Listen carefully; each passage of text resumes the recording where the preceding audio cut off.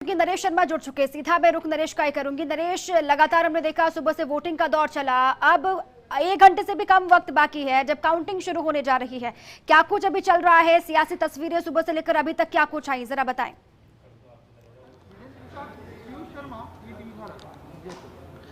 बिल्कुल, देखिए पूरी तस्वीर आपको बताया, लेकिन इससे पहले अपडेट करते हैं। क्या राज्यसभा चुनाव में सबसे ज़्यादा विवाद रहा वाजिब अली के वोट को लेके। काफ़ी नाटक के बाद जो है वो वाजिब अली को वोट देने की इजाज़त मिली। पीपी किट पहन के उन्होंने वोट डाला, लेकिन इस बीच बड़ी खबर ये आई है कि वाजिब अली के खिलाफ ज्योतिनगर थाने में मामला दिया गया है, दर्ज करने के लिए शिकायत दी गई है। भारतीय जनता पार्टी में विधि प्रकोष्ठ के सुरेंद्र सिंह नरूका की तरफ से रिपोर्ट दी गई है FIR दर्ज करने के लिए। पहले हम उनसे बात करते हैं, पूरा मामला क्या है। आपने FIR दर्ज कराने के लिए रिपोर्ट दी ज्योतिनगर थाने में, कारण क्या है, क्या मामला है? कारण बिल्कुल साफ तौर पे है कि आज राज्यसभा का चुनाव है विधानसभा के अंदर, और विधानसभा के अंदर 200 विधायक जो वोट डालने के लिए आए। पूरी विधानसभा की जो टीम है, विधानसभा के कर्मचारी अधिकारी यहाँ मौजूद है, आपके निर्वाचन आयोग के अधिकारी कर्मचारी मौजूद है, सुरक्षाकर्मी मौजूद है, मीडिया कर्मी मौजूद है। और उस बीच में जो कोविड-19 की जो गाइडलाइन है, उन गाइडलाइन को दरकिनार करते हुए जो नगर के माननीय सदस्य हैं वाजिब अली जी, वो ऑस्ट्रेलिया से सीधे ही मतदान केंद्र पे आए और अपना वोट डालने के लिए आप अंदर जाके लाइन में लग गए। जब भारतीय जनता पार्टी के जो वहाँ पे मौजूदा अभिकर्ता थे उन्होंने विरोध किया, तब निर्वाचन आयोग को भी ये सामने इस बात का पता चला और उनको रोका गया। तो कोविड-19 जो महामारी है उसको रोकने के लिए, ऐसे संक्रमण को रोकने के लिए जो गाइडलाइन जारी है, उस गाइडलाइन का उनको पता है कि एयरपोर्ट पे उतरने के बाद में एक अंडरटेकिंग ली जाती है, लेकिन उन सभी चीज़ों का उल्लंघन करते हुए जो वाजिब अली जी ने ये कृत्य किया, उसके खिलाफ उनके खिलाफ पुलिस थाना ज्योतिनगर में हमने रिपोर्ट दी है कि उन्होंने जो आपराधिक कृत्य किया है, महामारी संक्रमण को फैलने के लिए जो जिस तरीके से फैला जाए उसका उन्होंने ध्यान नहीं दिया, तो उनके खिलाफ आपराधिक मुकदमा दर्ज किया जाए। आपराधिक मुकदमा दर्ज कराने की रिपोर्ट दी है। एक बार आपको वो रिपोर्ट भी दिखाते हैं। ये देखिए, ये रिपोर्ट इन्होंने दी है और जो ज्योतिनगर थाना इंचार्ज है उन्होंने इनको रिसिप्ट भी दी है। ये शिकायत दर्ज की गई है, रिपोर्ट दर्ज करने के लिए कह सकते हैं कि शिकायत दर्ज की गई है कि रिपोर्ट दर्ज की जाए। अब थानाधिकारी पे निर्भर है कि वो आगे क्या इस पर एक्शन लेते हैं। लेकिन वाजिब अली जो विधायक है नगर से, जिनके वोट को लेके काफ़ी यहाँ हंगामा हुआ था, उनके खिलाफ FIR दर्ज करने के लिए रिपोर्ट दे दी गई है। और इसके बीच हम आप बताएं कि देखिए वाजिब अली है वो चूँकि ऑस्ट्रेलिया से आए थे वोट देने के लिए, ऐसे में भारतीय जनता पार्टी के जो एजेंट है उन्होंने सवाल उठाया था। वो वोट देने के लिए लाइन में भी लग गए थे, उन्होंने वो साइन करके आगे रूम में भी बढ़ गए थे, लेकिन उसके बाद जब ऑब्जेक्शन हुआ तो उनको वहाँ से हटाया गया। उनका कोरोना टेस्ट के लिए उनका सैंपल लिया गया और इस बीच PPE किट पहन के उन्होंने वोट दिया। ये पहला, इतिहास में ऐसा पहला मौका है जब किसी विधायक ने राज्यसभा चुनाव में PPE किट पहन के वोट डाला है। और वो इस राजस्थान की हम बात करें तो जो 3 सीटों के लिए चुनाव है वो आखिरी वोट है संभवतया, क्योंकि अब जो है मतदान है वो खत्म हो चुका है, मतदान संपन्न हो चुका है और 5 बजे जो है वो वोटिंग उनकी काउंटिंग होगी, वोट की काउंटिंग होगी और उसके बाद जो विजेता है उनका परिणाम होगी 5 बजे के बाद। जैसे ही वाजिब अली वहां पर पहुंचे थे वोटिंग के लिए, उस वक्त भी उपनेता प्रतिपक्ष की तरफ से कुछ कहा गया था, नोकझोंक भी वहां पर हो गई थी, हालांकि काफी देर तक बहस वहां पर होती रही। अब लगता है कि ये मसला आगे बढ़ेगा, क्योंकि बीजेपी के पास तो बहुत अच्छा मुद्दा एक लग गया है, तूल पकड़ेगा आगे जाके, क्या लगता है? सुरक्षाकर्मी मौजूद थे, मीडिया कर्मी मौजूद थे और उनका उनको ध्यान न रखते हुए बिल्कुल देखिए मुद्दा ज़रूर हाथ लगा है। हालांकि वाजिब अली ने अपना वोट दे दिया है, इसलिए वोट को लेके तो अब कोई मामला नहीं है, लेकिन जो प्रोटोकॉल था, जो हेल्थ प्रोटोकॉल है या जो सरकार की गाइडलाइन है, उसको लेके ज़रूर आरोप प्रत्यारोप का जो सिलसिला है वो यहाँ पे शुरू है।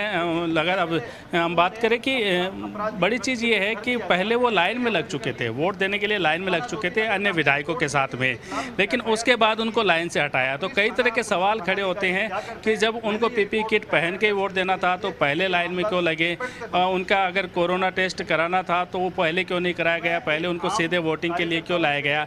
ये तमाम ऐसे सवाल, और इन्हीं सवालों के बीच में भारतीय जनता पार्टी को एक मुद्दा मिला है और अब मामला है वो थाने तक पहुंचा है। जो महामारी एक्ट है उसके अंतर्गत जो है वो मामला दर्ज करने के लिए कहा है। हालांकि इस पर क्या कानूनी कार्रवाई होती है ये तो वक्त बताएगा, लेकिन इतना जरूर है राज्यसभा के चुनाव के बीच एक अलग मुद्दा कोरोना को लेकर यहाँ यहाँ पे उठा है। हालांकि इस चुनाव में जो कह सकते हैं संक्रमण से बचाव के लिए तमाम उपाय किए गए थे, सोशल डिस्टेंसिंग की बात की गई थी, कई जो चिकित्सा विभाग के जो कर्मचारी हैं वो यहाँ तैनात थे, लेकिन वाजिब अली को लेके एक बड़ा सवाल यहाँ पे खड़ा हुआ था।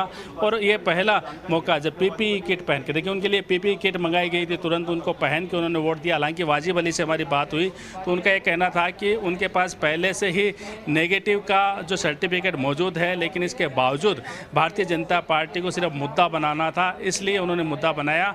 और इसके बाद भी जो गाइडलाइन मुझे दी गई है, जो निर्देश दिए गए हैं, उनकी पालना मैंने की है। अपडेट ये है कि 198 जो वोट है वो पड़े हैं, 200 में से 198 वोट, क्योंकि मास्टर भंवर लाल है वो वोट डालने नहीं आ सके। इसके अलावा गिरिराज लाल है माकपा के, वो वोट डालने नहीं आ सके।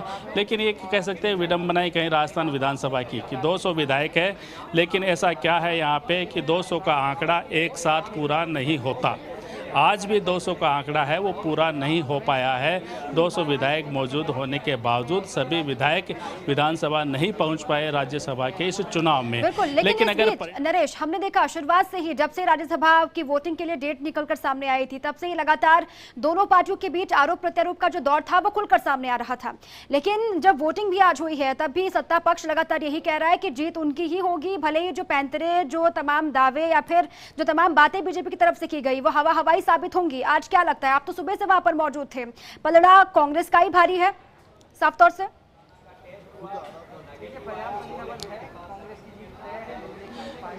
देखिए इसमें कोई शंका नहीं है, जो वोटों की गणित है वो पूरी तरह से कांग्रेस के पक्ष में है।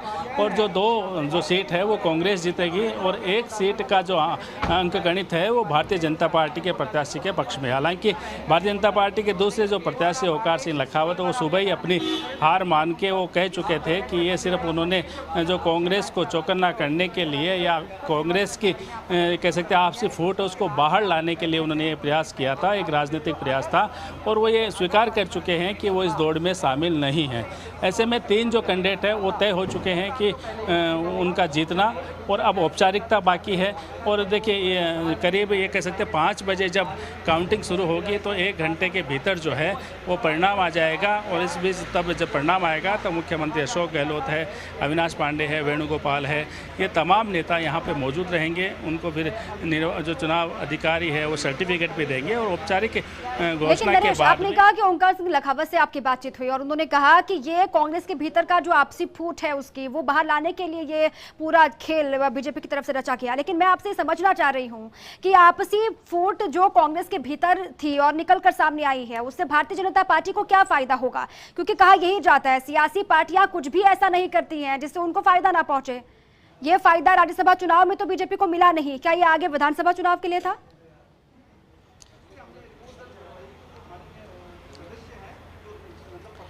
देखिए राजनीतिक दाव पेच है, और जब भी इस तरह के चुनाव आते हैं तब हर पार्टी कोशिश करती है।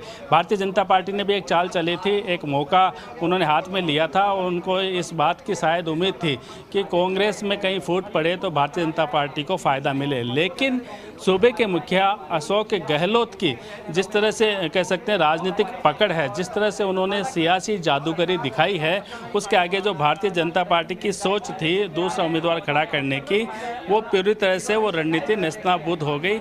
और इस तरह से मुख्यमंत्री अशोक गहलोत ने एक बार फिर ये साबित कर दिया कि प्रदेश की राजनीति में फिलहाल उनसे बड़ा जादूगर कोई नहीं है। क्योंकि ये देखिए बड़ी चीज़ ये है कि अगर हम बाकी पड़ोसी राज्यों की बात करें जहां कांग्रेस टूट रही है, जहां कांग्रेस के विधायक है पार्टी छोड़ के जा रहे हैं, वहीं अशोक गहलोत ने न केवल अपने तमाम पार्टी के विधायकों को एकजुट रखा बल्कि 13 निर्दलीय विधायक, 2 बीटीपी के विधायक और माकपा का समर्थन हासिल किया, और ये सिद्ध कर दिया कि राजस्थान की राजनीति में उनका कोई सानी नहीं है। और जो विपक्ष की जो भी रणनीति थी, जो भी उन्होंने एक कह सकते हैं प्लानिंग की थी, वो उसमें वो सफल नहीं हो पाए। और इस बात हम करें कि रामलाल शर्मा है, चौमुख से विधायक है भारतीय जनता पार्टी के, वो यहाँ मौजूद है, उनसे हम बात करते हैं। रामलाल जी, जिस तरह से आपने आज पूरी पोलिंग देखा है, क्या रहा? वाजिब अली को लेकर काफ़ी विवाद। वाजिब अली कल ही विदेश से आया है, और जो जिस तरीके से सेंट्रल गवर्नमेंट की एडवाइजरी, स्टेट गवर्नमेंट की एडवाइजरी है कि जो भी व्यक्ति बाहर से आएगा उसको 14 दिन 7 दिन होम क्वारंटाइन और 7 दिन उसको इंस्टेंटली क्वारंटाइन रहना ज़रूरी है, लेकिन उसने उसका उल्लंघन किया है और आज वोट डालने के लिए आए, उसके अपने अप्रोच किए, विरोध की दर्ज कराया, उसके बाद में उसको बाकायदा उसका टेस्टिंग होके और पीपी किट के माध्यम से उसने वोट कास्ट किया है। लेकिन ये सरकार की मंशा स्पष्ट होती है, जहां एक और साधारण आदमी अगर इस तरीके से सरकार की एडवाइजरी का उल्लंघन करता है तो उसके खिलाफ मुकदमे दर्ज किए जाते हैं। और दूसरी तरफ सरकार के नुमाइंदे अपने विधायकों को वोट डलाने के लिए सारे नियमों को ताक में रखने का काम कर रहे हैं। हम चाहेंगे कि सरकार पहल करते हुए उसके ऊपर भी मुकदमा दर्ज हो, ताकि उसने जो एडवाइजरी का उल्लंघन किया, ताकि एक नसीहत। कांग्रेस कहती है खिसियानी बिल्ली खंबा नोचे, आपके पास जो है वो गणित नहीं था, उसके बावजूद आपने उम्मीदवार खड़ा किया। देखिए, गणित तो अशोक गहलोत जी की सरकार बनी थी तब भी नहीं था, 99 के फेर के ऊपर अटकी हुई थी, बहुमत उनको भी चलिए, नहीं जी, मिला था। आपका लेकिन बहुत शुक्रिया लोकतंत्र तमाम जानकारियों के लिए, अपडेट हम तक पहुंचाने के लिए। लगातार जो सियासी उठापटक है वो अभी भी आप समझिए, क्योंकि वोटिंग की जो प्रक्रिया है वो भी खत्म हो चुकी है, 5 बजे के बाद से काउंटिंग शुरू हो जाएगी, लेकिन अभी तक जो आरोप प्रत्यारोप का दौर है वो सिलसिला लगातार जारी है। अब ये देखना होगा कि आखिर आगे की तस्वीर क्या होती है और कहां पर जाकर यह आरोप प्रत्यारोप का दौर थमता है।